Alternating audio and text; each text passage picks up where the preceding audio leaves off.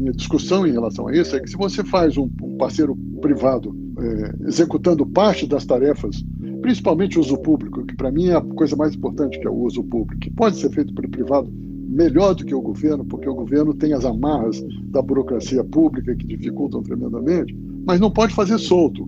Ele tem que fazer isso com um acompanhamento, com o lado de lá, que é o lado governamental, preparado para trabalhar junto nesse sentido.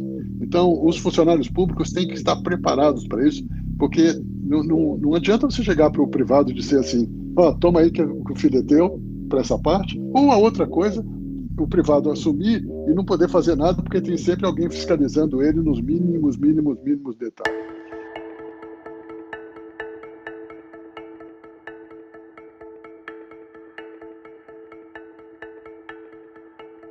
Olá, sejam bem-vindos a mais um episódio do nosso podcast Missão Desenvolvimento. Eu sou Paulo Gala e hoje vamos falar sobre parques naturais, conservação e parceria público-privada, um tema interessantíssimo, inclusive controverso. Acho que vamos ter uma discussão aqui bem legal sobre isso, mas antes de começar já a mergulhar no tema, eu queria fazer a propaganda aqui da nossa segunda temporada. Esse é o nosso primeiro programa da segunda temporada, aproveitar também para convidar vocês para assistir os programas da primeira temporada. Temos mais de 40 episódios do Missão Desenvolvimento em podcast, vocês acham no missãodesenvolvimento.com.br, também no meu canal do YouTube, em Paulo Gala e Economia e Finanças. Tem muito tema legal lá, muita discussão riquíssima que a gente fez ao longo de 2021, e agora começamos aqui o 2022 também abrindo com chave de ouro, com esse tema das possíveis parcerias público-privadas em unidades de conservação e parques nacionais, que eu acho que é um tema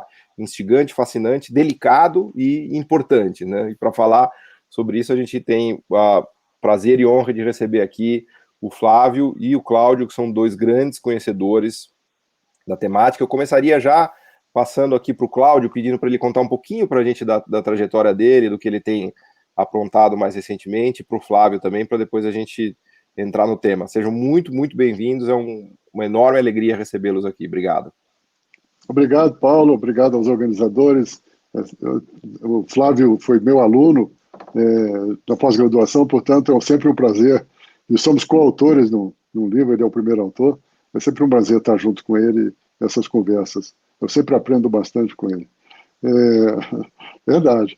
E eu sou um administrador de empresas, sou formado em administração de empresas, tive uma carreira no início da minha vida na administração de empresas. A última coisa que eu fiz foi ser diretor executivo de uma indústria farmacêutica, quando eu resolvi mudar a minha carreira aos 30 anos e voltei para os bancos da escola, larguei o mundo do business e fui estudar biologia. Daí segui carreira como pesquisador e fiz mestrado e doutorado na Universidade da Flórida, nos Estados Unidos, e de lá criei um Instituto de Pesquisas Ecológicas e a Escola Superior de Conservação Ambiental e Sustentabilidade, onde hoje sou professor titular. Sou conselheiro do IP, não sou mais diretor, já há 2 anos, e aí, incrivelmente, eu digo que eu sou B2B, porque eu larguei o mundo dos negócios para fazer conservação da natureza e eu voltei ao mundo dos negócios para fazer conservação. O mundo dos negócios não largou você? Não me largou. Então, eu hoje sou sócio e diretor de 2 empresas, a Biofílica SA, que é uma empresa do mercado de carbono, de venda de crédito de carbono, que foi recentemente, a maioria das ações foi adquirida pela Ambipar, então agora é Biofílica Ambipar. E sou sócio e diretor da Parque Tour, que é uma concessionária de parques, que tem a concessão de 2 parques no momento, o Parque da Chapada dos Veadeiros, o Parque Nacional da Chapada dos Veadeiros, e um núcleo do Parque da Serra do Mar, chamado Caminhos do Mar. Então, estou de volta ao mundo dos negócios e firme nisso. Fantástico. Flávio, conta pra gente um pouco que você tem apontado por aí. Bacana. Bom, primeiro agradecer pelo convite, né? Deixar um abraço e agradecer toda a organização da Missão de Desenvolvimento na pessoa do Paulo e do Marcos Aguiar, que fizeram essa ponte. Agradecer a generosidade das palavras do Cláudio, né? Um prazer enorme sempre reencontrar, sempre um motivo de comemoração, de festa. E, bom, eu sou advogado de formação, apesar de não exercer a advocacia, né? Me formei em Direito, me especializei em Direito Ambiental. Mais recentemente fiz o mestrado na ESCAS, né? Onde tive a orientação do Cláudio, que gerou o livro Conservação em Ciclo Contínuo. E eu me dedico desde há cerca de 20 anos à conservação em terras privadas, né? O olhar de entender os territórios, as porções da propriedade que estão protegidas por particulares, pessoas físicas ou jurídicas, e pensar em mecanismos de geração de receita para que essas pessoas possam continuar mantendo essas áreas preservadas. E aí tem um monte de conversa, tem incidência de código florestal, necessidade de compensação, tem incidência de unidade de conservação pública sobre a propriedade particular, que enseja ou que não enseja desapropriação, mas cria limitações de uso, e aí tem um emaranhado de coisas e eu me dedico a contribuir ou a tentar contribuir com uma parte das soluções para esse setor. Atualmente, eu sou head da Jataí Capital e Conservação, né, que é uma empresa que tem essa proposta de aliar o capital com a conservação e, portanto, viabilizar economicamente a conservação. E na prática, a gente está aplicando uma série de conceitos e inovando, na verdade, com sistemas de criptoativos em plataforma blockchain e outras coisas que a gente tem feito, no sentido de pegar esses ativos e colocá-los na prateleira do mercado. Sou coproprietário e gestor de uma reserva particular do patrimônio natural, uma RPPN na Serra da Mantiqueira, RPPN gigante de Itaguaré, e essa área ela tem servido de palco para as diversas experiências que a gente tem feito aí nos últimos anos, desde que a gente publicou o livro, né, como resultado do mestrado que a gente fez lá na ESAS com o Cláudio. Basicamente é isso. Boa, fantástico. Eu acho que a gente podia começar pelo começo, assim, pediria para vocês falar um pouquinho da história da participação, né, do público-privado nas unidades de conservação, nos parques, assim. Eu já vou começar o programa pedindo desculpa, porque eu vou fazer perguntas que vocês precisariam de 30 a 40 minutos para responder cada pergunta. Então, aqui a gente faz um esforço assim, meio hercúleo de síntese para contar muitas histórias, mas é que o tema é tão fascinante, tão vasto, que tem muitas coisas que eu queria abordar. Mas, começando pelo começo, assim, vocês que são testemunhas privilegiadas, né, de todo esse processo que vem ocorrendo no Brasil nos vários anos, né? Como você conta essa história, Cláudio, de como o Brasil estava, e aí você pode usar o horizonte temporal que você quiser, anos 80, 90, 2000, okay. Onde a gente avançou, quais são os desafios, quer dizer, como é que está essa história hoje no Brasil? Se você pudesse começar contando ela assim do começo de maneira resumida. Tá bom. Eu acho que a gente tem que começar falando desde dos anos 30, quando o Brasil começou a ter unidades de conservação formais, né, e parques.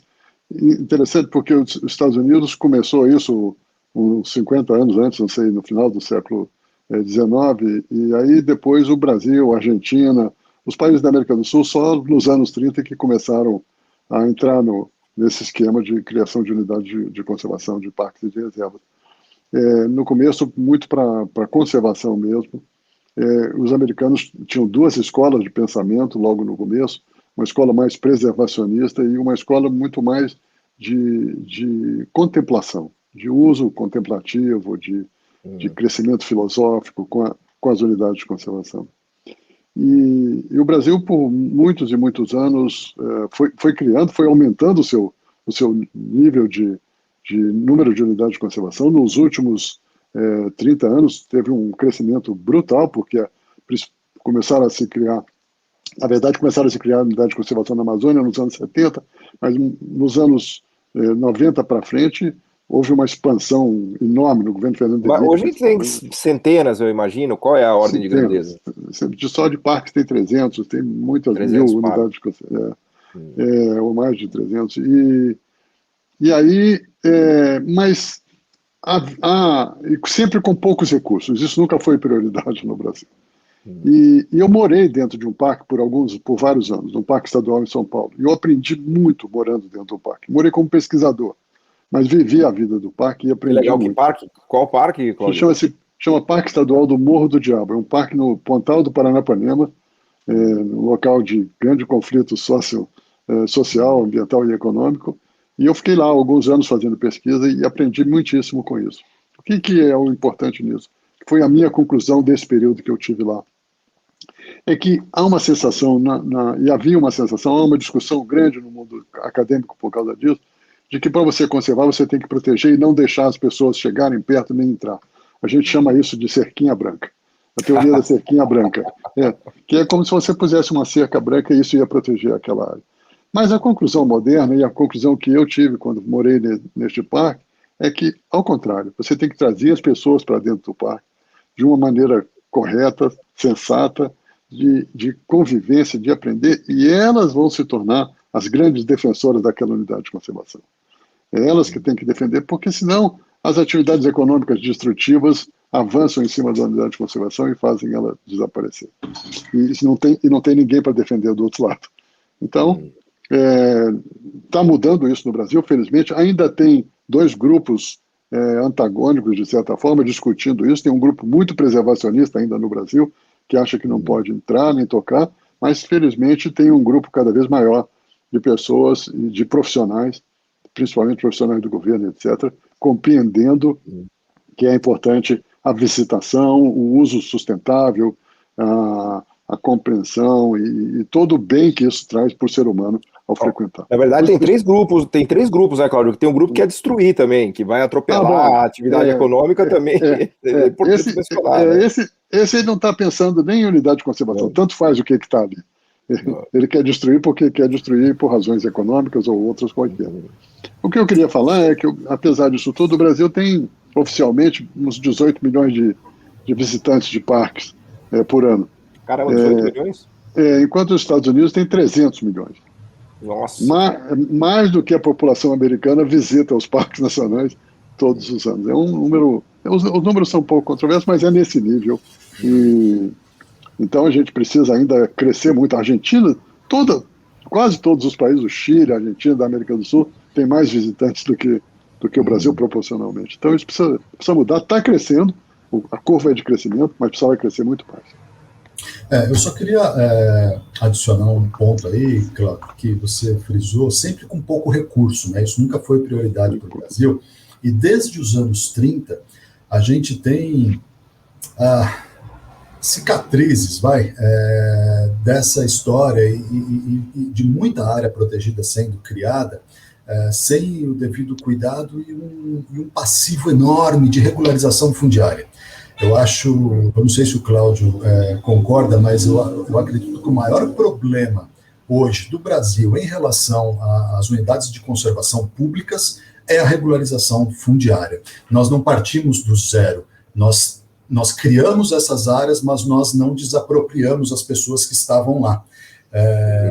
E isso gera conflito, isso gera uma questão bastante delicada em todo o país, dependendo da região, naturalmente, isso vai ganhar contornos diferentes, né? Na região amazônica, a questão social tem um contorno, aqui na região sudeste é outro, mas o fato é que para a gente dar esse salto em aumento de visitação e melhorar em nível qualitativo a gestão dessas áreas protegidas, a gente precisava primeiro resolver essa questão da regularização fundiária, que, do meu ponto de vista, é um dos, se não o principal problema que a gente tem para implementar isso de fato e fazer com que a conservação, seja em áreas públicas ou privadas, se torne realmente um motor para a economia, gerando empregos e uma série de potencialidades que ela pode desenvolver.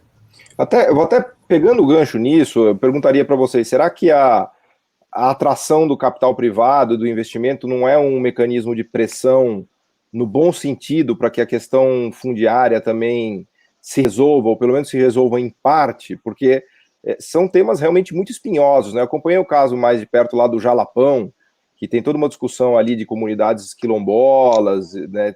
Assim, realmente uma quantidade de imbrólios ali que eu fui olhar aquilo, né? Fui estudar de curiosidade, que eu fiquei chocado, assim, realmente tem muito abacaxi para ser resolvido, né? Mas uma pergunta que eu traria aqui primeiro, né, se vocês enxergam a exploração privada como um motor que pode nos ajudar a resolver essas questões que estão em aberto, simplesmente não deixar lá, falar, olha, aqui está proibido, não pode fazer nada, cerquia branca, ninguém entra, ninguém faz, e aí vai alguém ilegalmente, atropela aquilo tudo e destrói toda a natureza que tinha por lá. E junto com essa pergunta, a segunda pergunta, que é a tensão básica dessa conversa, é quais são os limites para o capital privado e para a exploração privada que a gente precisa ter em conta nesse movimento, né? Então, assim, para mim, é quase que uma pergunta-mãe que eu faria para vocês, que é o seguinte: até que ponto o motor do capital da exploração pode nos ajudar,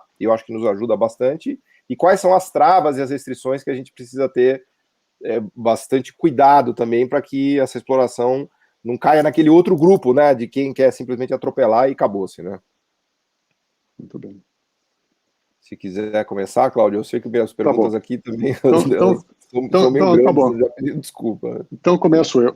Eu começo dizendo que eu concordo com o Flávio, a gente já conversou sobre isso, que a situação fundiária é um problema grave, efetivamente, mas ela não é grave só nas unidades de conservação do Brasil. Ela é grave em todo o Brasil, em todos os lugares do Brasil. Eu tenho uma casa perto de São Paulo, perto de Atibaia, portanto, um lugar já consolidado completamente de uso da terra e está cheio de problemas fundiários ainda. Tem problemas fundiários no Pontal. Todos os lugares que eu vou no Brasil, nós temos uma herança muito ruim, histórica, em relação à regularização de terra, o que causa, é uma das causas, mas tem muitas outras, essa situação de insegurança, que é importantíssima no processo, e eu concordo com o Flávio que a gente precisa resolver isso. Mas quando me perguntam assim, vamos criar um parque nessa área aqui, que é uma área importante, embora não tenha jeito de regularizar a terra, não vou ter dinheiro, eu falo, cria. Porque o que eu assisti no correr dos tempos, eu falo porque eu sou brasileiro, eu assisti no correr dos tempos, é que você cria, uma parte vai desaparecer, mas uma parte acaba se consolidando e acaba sendo regularizado de uma maneira ou de outra, como as coisas acontecem no Brasil. Eu não gostaria que fosse assim, preferia que fosse de outro jeito, mas assim é a nossa história, e eu acho que a gente tem que mudar isso com certeza. De qualquer forma, eu concordo que é um grave problema e é um problema que dificulta, inclusive, as parcerias com público-privadas, porque claro, se você não tem segurança jurídica, não tem como fazer. Agora, a sua outra pergunta é em relação à parceria público-privada, não é isso? Me refresca a memória. Não, a primeira é assim, a ideia de você criar as unidades de conservação e atrair o capital para explorar, se isso não pode ajudar, inclusive, na resolução de questões fundiárias, né, como um vetor, e, obviamente, quais são os cuidados, né? Bom, tem um caso especial no Brasil que são as RPPNs, e aí o Flávio fala isso melhor do que ninguém que eu conheço. Só explica para a gente o que é RPPN. São reservas particulares do patrimônio natural. É uma figura jurídica brasileira de uma reserva que é privada, mas tem características públicas. E o Flávio e faz parte do Sistema Nacional de Unidades de Conservação. Então, algo que criaram no Brasil, eu não consigo ver em nenhum outro lugar. Tem coisas semelhantes, mas nunca vi nada igual. Mas é um caso especial. As unidades de conservação públicas mesmo, elas têm muito a ganhar na parceria público-privada, muito. E o BNDES está fazendo um trabalho excepcional nesse sentido. Agora, o que eu queria dizer aqui, que eu acho que é importante falar, é que a razão para fazer isso não é a razão que está me parecendo que estão fazendo nesse momento, que os governos estão fazendo. Os governos federal, tanto o governo federal como o governo estadual. Porque a grande motivação para um novo universo que surgiu com o Parque Nacional de Iguaçu há 20 anos atrás, mas que tomou um vulto grande nos últimos 5 anos, é o universo de parceria público-privada. Os estados e o governo federal estão fazendo isso por razões de dificuldades fiscais que eles têm, de dificuldade de orçamento. E essa, para mim, não é a melhor motivação para fazer isso. A melhor motivação para fazer isso é querer que as unidades de conservação representem o seu real papel. Que elas conservem, de fato. Que elas conservem de fato. E que a parceria privada funcione de fato. Porque a minha discussão em relação a isso é que se você faz um parceiro privado executando parte das tarefas, principalmente o uso público, que para mim é a coisa mais importante, que é o uso público. O resto tem muita coisa que só o governo pode fazer, que é o poder de polícia e etc. Mas o uso público, principalmente, que pode ser feito pelo privado melhor do que o governo, porque o governo tem as amarras da burocracia pública que dificultam tremendamente, mas o privado faz isso melhor do que o governo, mas não pode fazer solto. Ele tem que fazer isso com um acompanhamento, com o lado de lá, que é o lado governamental, preparado para trabalhar junto nesse sentido. Então, os funcionários públicos têm que estar preparados para isso, tem que ter um número razoável de funcionários públicos. Eu tenho discutido isso, inclusive, com a turma do BNDES que está trabalhando nisso, porque não adianta você chegar para o privado e dizer assim, toma aí que o filho é teu, para essa parte, não é correto. Quer se livrar de despesa, né? Não é isso. Isso, quer se livrar de despesa. Ou a outra coisa, o privado assumir e não poder fazer nada porque tem sempre alguém fiscalizando ele nos mínimos detalhes. Então, não é bom para o sistema, essas duas figuras. Então, eu tenho falado bastante de que vamos fazer as concessões. Eu sou dono de uma empresa concessionária, sou concessionário de 2 parques, e acho que o governo tem que se reorganizar, porque está fazendo as concessões sem criar agências específicas. Quem está fazendo é o próprio órgão executor, que é o novo regulador da concessão. Então, diferente das outras concessões que foram criadas com a criação de uma agência, com uma certa liberdade burocrática, para poder contratar e para ter pessoas... Existe alguma perspectiva de se criar uma agência, Cláudio? Como é que tem conversas nessa? Não ouço falar nisso. Faria sentido, né? Talvez fizesse para essa parte, é uma coisa para ser pensada, mas tem uma discussão grande, porque a concessão é de uma parte da história e todo o resto é o governo que tem que fazer, então tem que ser pensado, tem que ser discutido mais isso, que eu não estou vendo acontecer.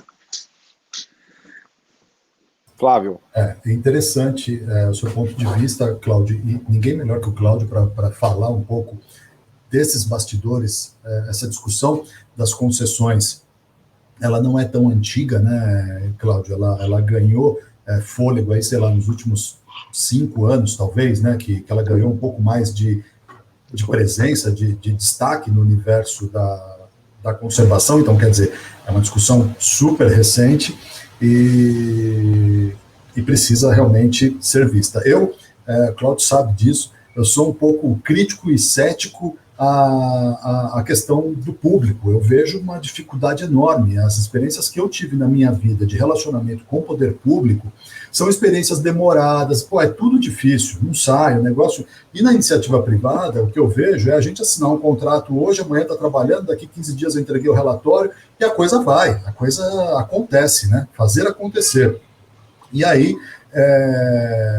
eu acabei tendo a escolha de vida e a escolha profissional de trabalhar com o privado para construir mecanismos que, se amanhã o público olhar e achar interessante, eu vou ficar muito feliz que eles sejam replicados, reproduzidos na esfera pública. Mas eu confesso que quando a gente olha, primeiro, a desconstrução, de 4 em 4 anos você tem que começar tudo de novo a sua conversa se o mesmo governo não for eleito, independente da esfera que você está. Né? Então você está conversando com uma entidade, aí muda o governo, muda todo mundo, tudo que você construiu, se não virou uma norma, se não ficou formalizado, institucionalizado naquele órgão ambiental, você perdeu uma boa parte de história e tem que começar tudo de novo. Então, isso cansa, com o tempo é um negócio que se perde muito e dá uma ineficácia muito grande para o poder público. Então, acho que esse é um ponto importante. Segundo, o SNUC, que é o Sistema Nacional de Unidades de Conservação da Natureza, ele possui 12 categorias de unidade de conservação. A gente fala muito de parque porque o parque é o mais emblemático. O parque é o famoso, né? Mas são 12 categorias, e cada uma tem lá o seu jeito de ser, tem os seus objetivos, tem as coisas e tal. E aí a gente vai entrar numa história que o final dessa história, para encurtar, é o seguinte: precisa mudar essa regra aí, o SNUC.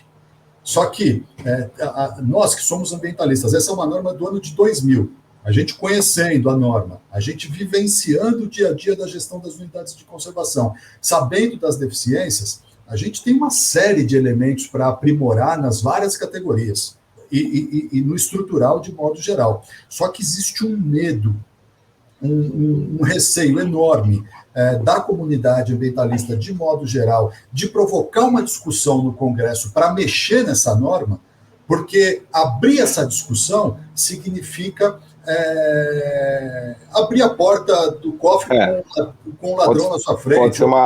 Pode ser uma caixa de Pandora aí que você vai abrir. Pode ser um tiro ao contrário, porque o lobby do universo ambientalista dentro do Congresso Nacional, ele é muito pequeno e nem se compara com o lobby dos setores que têm interesse que essa normativa de proteção de áreas verdes seja flexibilizada, né, como se costuma dizer. Então, infelizmente, por conta de um cenário político, a gente perde a oportunidade de fazer uma discussão saudável com base naquilo que o Cláudio estava falando. A gente não pode olhar para essas áreas no momento que apertou a finança, como é que a gente faz para tirar um dinheirinho daqui? Pera lá, a gente está falando de reservas de ativos ambientais, Paulo, sejam públicas ou privadas, e no caso das privadas, a questão fica um pouco mais delicada, porque é o seguinte, você imagina, uma reserva sendo preservada, ela está gerando serviços ecossistêmicos para toda a coletividade, provendo água, ar puro, regulando o efeito de mudança climática,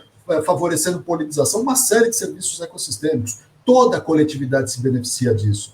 Então, quando o público protege uma área grande, um parque que seja, é o público pelo público. É o público que deveria manter aquilo e todo mundo está se beneficiando. Agora, quando o particular protege uma área e toda a coletividade se beneficia, os custos são privatizados e o bônus é socializado. E essa conta não fecha. Isso um economista infeliz chamaria de externalidade positiva, né? Que é quando alguém se beneficia de algo que não está pagando, né? Sim, a externalidade positiva para a sociedade, mas a externalidade está sendo negativa para quem está assumindo o custo da manutenção disso, né? Lógico. De manter essa área protegida, né? Então, quer dizer, a gente precisa de mecanismos para que se reconheça essa contribuição e que esses particulares sejam remunerados. No caso dos parques e de outras categorias de unidades de conservação pública, as regras de concessão, a diferença de você conceder uma estrada para um terceiro operar, que é uma coisa que sabe-se tudo, já tem, tal. No Brasil, que é um país que tem um potencial sensacional, não só dos ativos ambientais, água, biodiversidade e carbono, mas potencial turístico e potencial de gerar impacto, de geração de renda para as pessoas que estão no entorno dessas áreas. A gente está em 2022 e, para mim, é inadmissível a gente ainda ter que dialogar sobre o óbvio. Os empregos, os novos empregos, não serão como há 10, 20, 50 anos atrás, está mudando tudo. Existe uma velocidade muito grande e, infelizmente, nós, enquanto sociedade e principalmente enquanto poder público institucionalizado, a gente não consegue acompanhar a velocidade dessas mudanças para colocar o Brasil no lugar que ele merece com a quantidade de ativos que tem. Até para dar um senso assim, mais prático para as pessoas que nos ouvem, assim, quais são as unidades de sucesso que vocês elencam? Assim, o que é tido e havido como sucesso no Brasil, que deu certo? Por exemplo, Cataratas do Iguaçu. Estou falando aqui de orelhada, assim, mas... É o que você, que não é da área ambiental, conhece. Na minha cabeça... É o Parque Nacional do Foz do Iguaçu. É o grande exemplo, a grande referência que todos nós temos. Tem dificuldades em Iguaçu? Tem, mas eu vou contar uma história. Eu acompanho o Iguaçu há muitos anos. A vantagem da gente ser mais sênior é que a gente sabe, viveu a história, né? O dia me ligou, antes da concessão, me ligou o chefe de Iguaçu e disse, Cláudio, que era meu conhecido, e disse, Cláudio, eu estou com a seguinte situação, tem uma passarela para ir até ver as cataratas lá em eu fui já nela. Isso. Você vai no meio ali e tem uma mureta, para você passar naquela passarela e não cair da passarela, né? Tem uma proteção. Estava meio quebrada ela. Então, justamente isso. Um certo momento teve uma chuva muito grande, uma coisa qualquer, e ele me ligou dizendo que estava totalmente quebrado um pedaço. E tinham 700 turistas na porta do parque, e ele disse assim, eu não posso abrir o parque, porque está inseguro. O que eu faço? Ele conversando comigo. Eu falei assim, olha, a única saída que eu vejo é você pedir apoio à comunidade empresarial de Foz, mas você vai ficar devendo um favor a eles, o que não é uma coisa tão agradável para um funcionário público. Porque se for seguir os trâmites tradicionais do governo, tem que fazer um concurso, não sei, vai levar um ano para fazer isso. Então, por isso que a concessão é importante, é porque, principalmente no uso público, ela resolve essa dificuldade que o governo tem. O governo tem, por exemplo, recursos para comprar um trator de $400 mil, mas não consegue ter no orçamento dinheiro para pagar a gasolina desse trator. É verdade isso. Eu vivi isso, eu sei, eu já vivi isso. Então, precisa achar mecanismos especiais. E por que eu entrei nessa história? Eu concordo com o Flávio, é muito complicado. É complicado, mas eu não tenho nenhum receio disso, da convivência com o governo, diferente dele.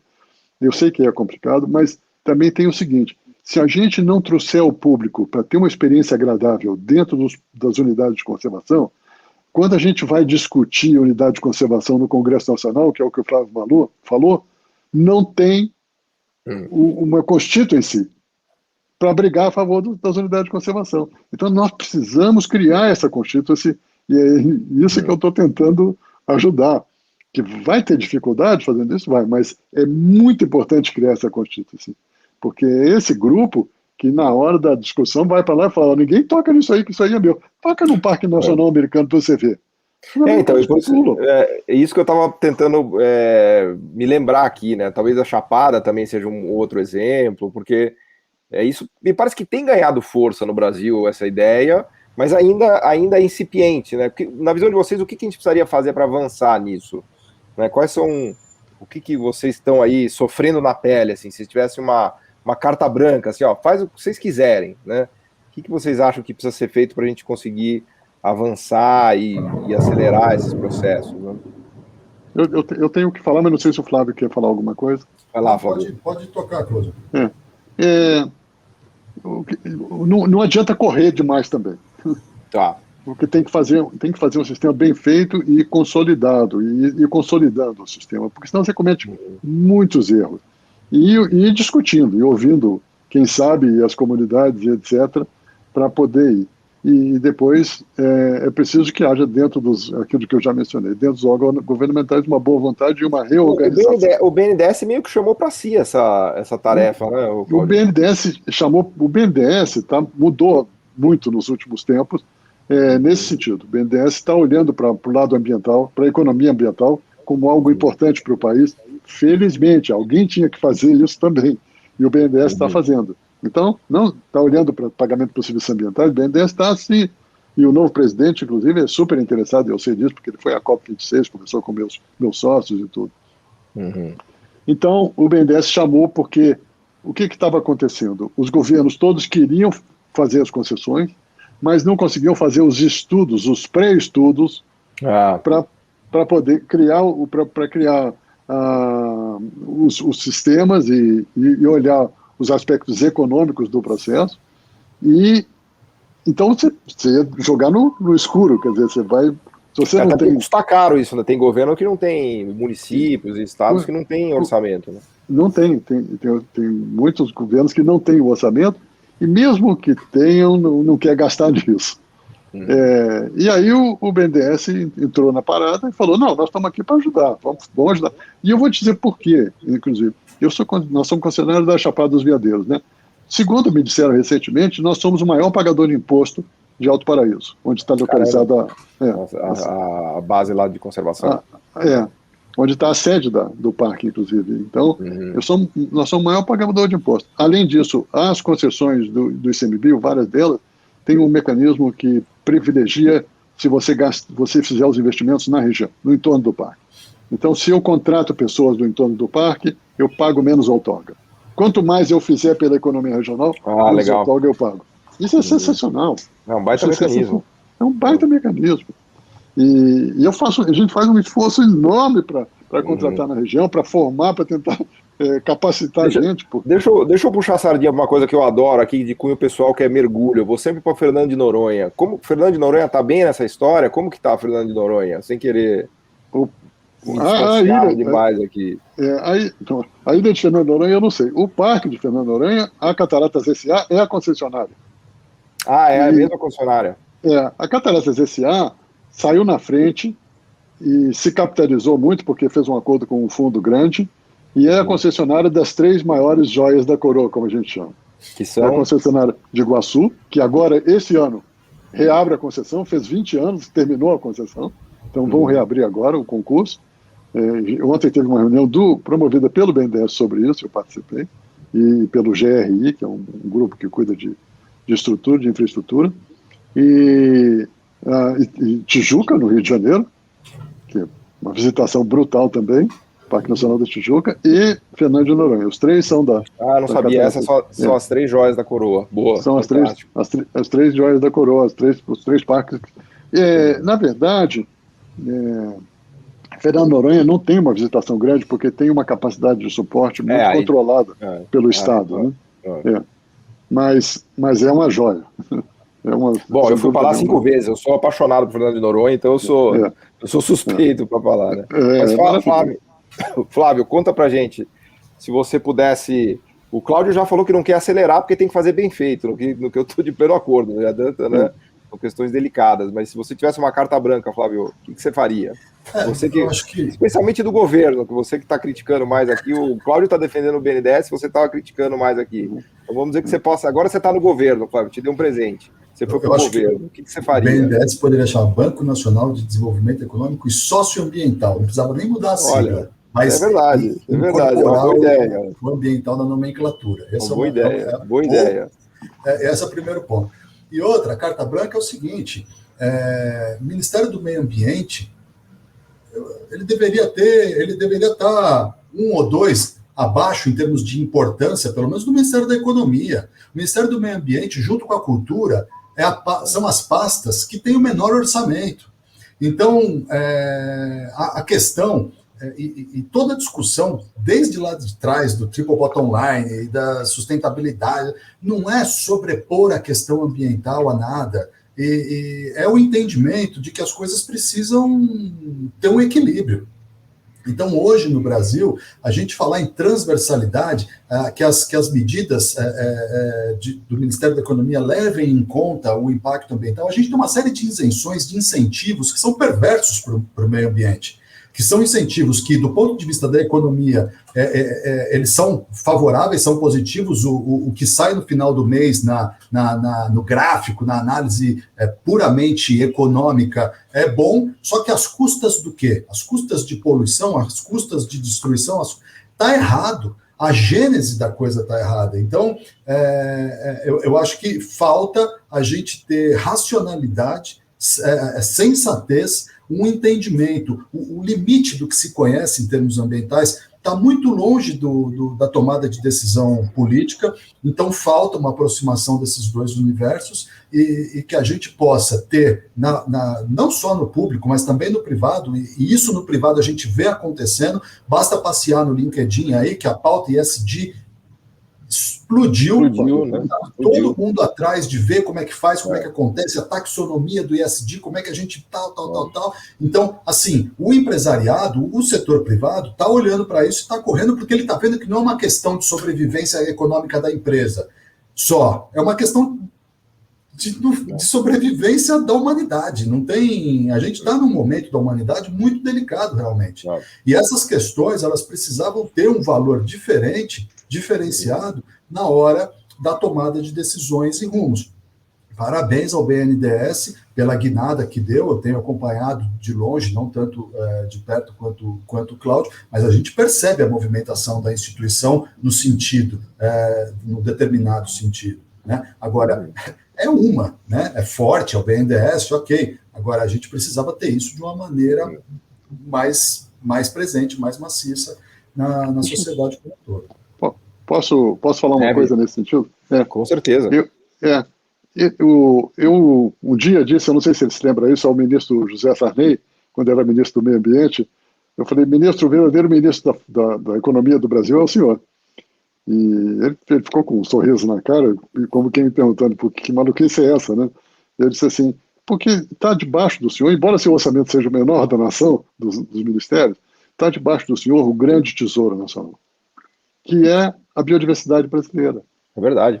Então, a biodiversidade brasileira é o grande tesouro, mas por que ela continua presa no cofre do tesouro? Porque nós não estamos botando conhecimento nesse processo.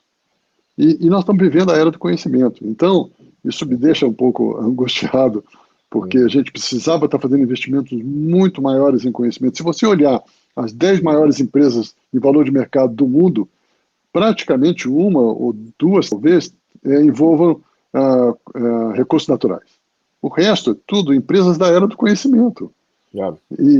Então, você não precisa destruir a biodiversidade para ganhar dinheiro, você precisa tomar posse do conhecimento que está contido naquela caixa do tesouro.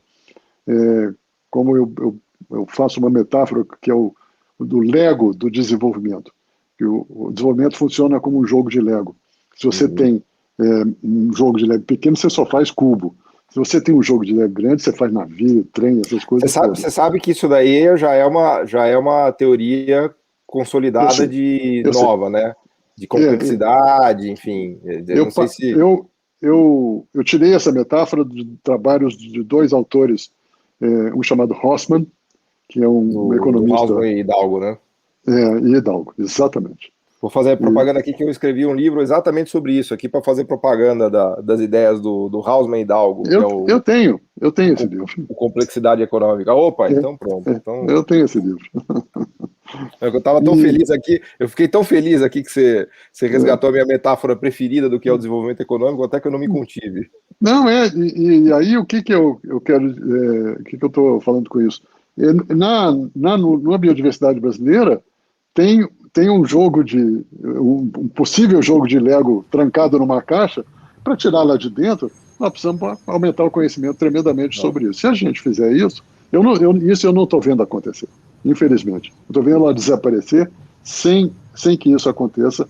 E estou fazendo um esforço brutal do meu pequeno universo para mudar isso. Já vi que você também fez, Paulo, mas precisava de ser política pública. Que o Brasil precisava enxergar essa potencialidade que ele tem de verdade, né? Que é o que o Flávio falou, né? O meio ambiente não é um apêndice que precisa ser levado em consideração. Ele é o coração da coisa mesmo, se for encarado dessa maneira, né? Não é uma coisa para ser tratada de maneira. Eu usava isso muito em slides, já até uma coisa antiga, são duas imagens assim que mostram capital natural e capital artificial, né? Então, antigamente, mostra um barquinho pequeno com uma rede, um monte de peixe embaixo do oceano, né? Quer dizer, o capital artificial é o barquinho, a gente tinha pouca tecnologia, tinha poucos recursos para saber as coisas, tal, e o capital natural abundante, né? E aí depois mostra, hoje em dia, o capital artificial, um barco super ultrassônico, com um radar, com não sei o quê, para ver o cardume, uma rede enorme e 2 peixinhos embaixo d'água, que é o capital natural, né? Que a gente está acabando, comendo o capital natural sem saber tudo que tem aí. E essa relação, isso que o Cláudio falou de estar longe do conhecimento, que deixa ele um pouco angustiado, mais do que estar andando devagar nessa direção, a gente está correndo na direção oposta, a sensação que dá muitas vezes. E aí, quer dizer, a grande oportunidade que, principalmente o Brasil, por ser o que é, por ter o que tem, de dar uma guinada em termos não só econômicos, mas de qualidade de vida, de condições sociais adequadas para toda a população, que hoje a gente tem aí índices desastrosos em relação a pessoas vivendo abaixo da linha da pobreza. Né? Então, boa. Fantástico. Já estou naquele momento do programa que me dá uma agonia desgraçada, porque a gente já passou dos 40 minutos aqui, não deu para falar metade do que eu queria, mas eu queria pedir aqui para eu deixar umas palavras, né, Cláudio, se você puder deixar umas palavras aqui para os nossos ouvintes, e o Flávio também, assim como para levar para casa aqui em relação à nossa reflexão. Então, e baseado nisso que a gente falou anteriormente, a gente está vendo desaparecer a natureza do Brasil, a biodiversidade brasileira. A economia brasileira está ficando cada vez mais calcada no século XIX, commodities agrícolas e minerais. Não que isso seja totalmente errado, não é errado, não tem errado e certo nisso, mas a gente não pode fazer uma economia baseada só nisso. A gente precisa evoluir para um mundo mais mais tecnológico e precisa olhar a biodiversidade. Eu digo isso porque, por exemplo, eu frequento o Fórum Econômico Mundial, porque ganhei o prêmio de empreendedor social do ano deles, da fundação deles. E aí tem lá um grupo de jovens que são extraordinários, que eles chamam de Global Shapers. É gente que tem no máximo 30 anos e já montou empresa e já fez sucesso, não sei o que mais. Agora, eu fui olhar os Global Shapers de Manaus, são poucos anos atrás. Tem lá 25 no Hub de Manaus. Ninguém mexe com biodiversidade. Ali tem uma floresta, ali parece que tem uma floresta ali do lado, poxa vida. Né? Isso. Então essa é a mensagem que eu estou tentando deixar, é que esses jovens, o mindset deles está na Califórnia ainda. E a Califórnia dos anos 70. A Califórnia que criou o microcomputador, do Steve Jobs e etc. Eles ainda estão olhando para isso. E o novo mindset tem que estar onde eles estão sentados, que na biodiversidade brasileira da floresta amazônica. Fantástico. Então, precisa caminhar para cá. E nós precisamos envolver, de alguma forma, os jovens nesse processo rapidamente. Nós precisamos fazer uma revolução com os jovens nesse sentido, porque aí nós fazemos uma mudança drástica no Brasil para uma evolução de um país do século XXI, rico em biodiversidade, mas ganhando muito dinheiro com o conhecimento sobre essas interações ecossistêmicas e outras. E essa é o que eu tenho lutado, e eu acho que é a mensagem que a gente tem que deixar do esforço que precisa ser feito, e, ao mesmo tempo, garantir que as unidades de conservação fiquem, sobrevivam bem, e porque elas são um exemplo que a gente tem do que o Brasil tem de mais bonito e de mais rico. E se elas ficarem e todo mundo estiver podendo usufruir, nós vamos ter uma constituição grande para lutar junto com a gente pela continuidade da biodiversidade brasileira. Boa. Fantástico. Legal. Bom, eu queria agradecer, né, o convite, convidar todos os ouvintes, se tiverem interesse em se aprofundar, a acessar www.conservação como negócio, onde a gente tem uma estrutura, tem um banco de áreas verdes, onde a gente cadastra áreas de particulares. São mais de 8 milhões de hectares já de áreas cadastradas, Paulo, no Brasil inteiro, com vistas a desenvolver negócios olhando para esses ativos ambientais. Né? Tem um canal no YouTube também, da Jataí Capital e Conservação, onde a gente desenvolve uma série de coisas, e muito na linha do que o Cláudio falou, há 2 anos e pouco, eu estou envolvido numa iniciativa chamada Sistema Natus de Criptoativos Ambientais. Sistema Natus, se você digitar no Google, sistemanatus.com, você entra lá no site. Que é um pouco disso, quer dizer, tokenização, blockchain, e a gente trazer essa linguagem, a gente já lançou o projeto no ano passado, a gente já identificou pontos de melhoria, já estamos trabalhando para inserir gamificação, e tem um conceito de games hoje de play to earn, a gente fala em concert to earn, e legal, eu acho que baita ideia. Pois eu acho que é isso, quer dizer, nós, geração X para cima, a gente muitas vezes peca na comunicação com essa galera nova, com os millennials, né? Então eu acho que existe um esforço muito grande também para a gente se comunicar, e eu tenho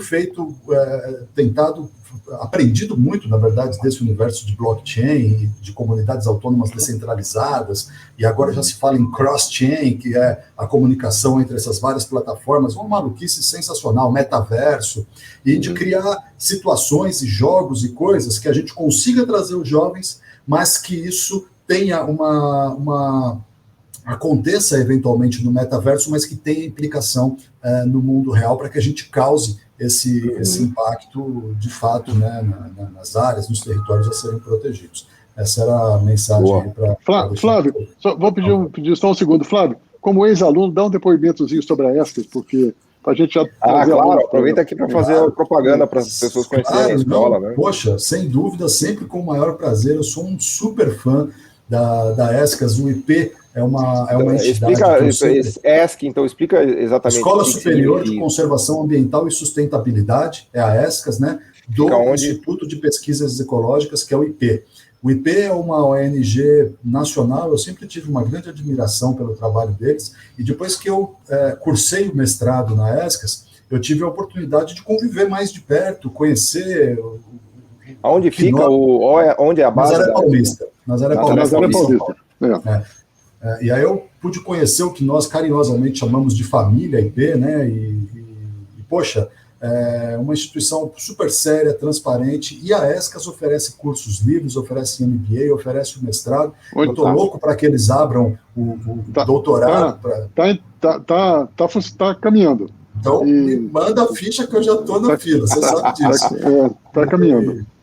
E uma instituição que vale a pena vocês darem uma olhada também, porque é uma capacitação que está alinhada com as tendências do futuro, quer dizer, foge do que tem no mercado disponível, e a gente precisa de mais gente nessa área, mais gente com conhecimento, mais gente com qualificação, e a ESCAS cumpre um papel fundamental, importantíssimo nesse quesito. Boa.